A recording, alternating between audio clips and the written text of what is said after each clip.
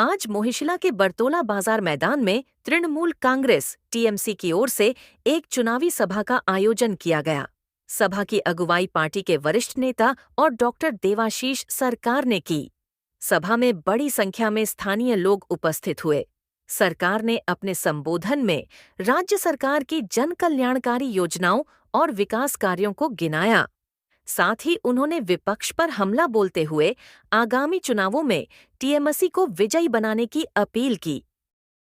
संगीत দেখানোর জন্য এই জিনিসটা সেফ কনস্টিটিউশন, এই যে লড়াই, আমার আপনার লড়াই, মঞ্চে উপস্থিত রয়েছেন আপনাদের সকলকে সেফ কনস্টিটিউশন এবং আজকের এই যে রাজনৈতিক সংবাদ, এই রাজনৈতিক সংবাদের মূল উদ্দেশ্য হচ্ছে মানুষকে অবগত করা।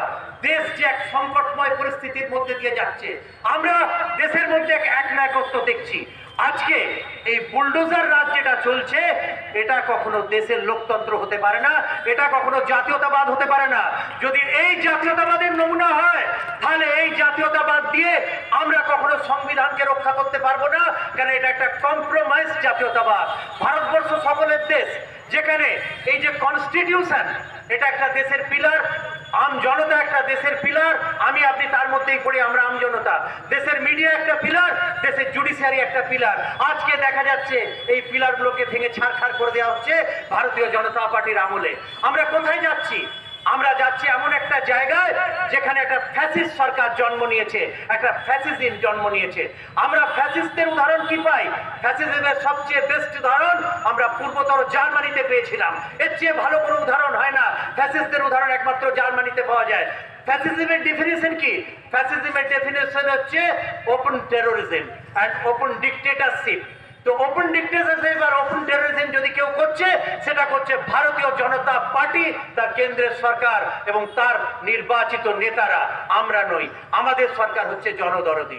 কিন্তু এই যখন ফ্যাসিস্টরা সেখানে জার্মানিতে এসেছিল, কেন আমি এই বিষয়টা তুলে আনছি, সেখানে একটা কবিতার মধ্যে এটা প্রকাশ পেয়েছিল।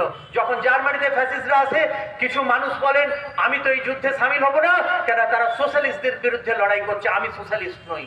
কিছু মানুষ বলেন তারা ট্রেড ইউনিয়নের বিরুদ্ধে লড়াই করছে, আমি ট্রেড ইউনিয়নিস্ট নই, তাই আমি ফ্যাসিস্টদের বিরুদ্ধে লড়বো না। কিন্তু যখন সে দেখে তার বিরুদ্ধে ফ্যাসিস্টরা লড়ছে, তখন সে দেখে সে একা। সেই জন্যে আমাদের সমবেতভাবে, একত্রিতভাবে এই ফ্যাসিস্ট শক্তির বিরুদ্ধে ভারতবর্ষের সংবিধানকে রক্ষা করার জন্য লড়তে হবে।